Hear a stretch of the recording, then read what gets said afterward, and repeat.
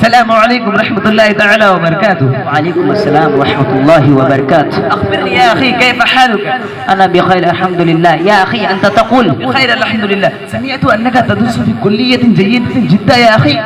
نعم يا أخي سمعته بشكل صحيح. أنا أدرس في كلية جيدة جدا. يا أخي هل أستطيع القدوم إلى هنا أيضا للدراسية؟ لما لا؟ دخولك هناك لا يكون سهلا.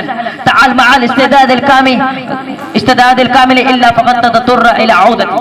من فضلك أخبرني كيف أستعد للمجيء هنا؟ انظر يا أخي، كل عمل فوق عمل البشر. سوف تجني ثمار عملك. يا أخي كم الساعة الآن؟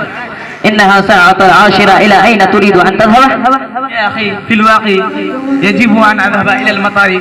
هناك قليل من العمل. يمكنك أن تأتي معي إذا كان لديك الوقت. هذه فرصة سعيدة.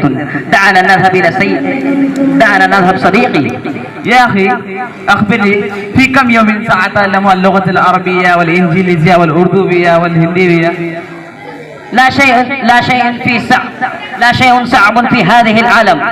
انظر، تعال واقرأ معنا ثم انظر جمالي هناك. أنا على ثقة أنك سوف تعلمني إن شاء الله. إن شاء الله. الله يبارك فيك. استماع اليوم كان جيدا. سنلتقي مرة أخرى يا أخي إن شاء الله العظيم. مع اللقاء. مع السلامة. مع اللقاء.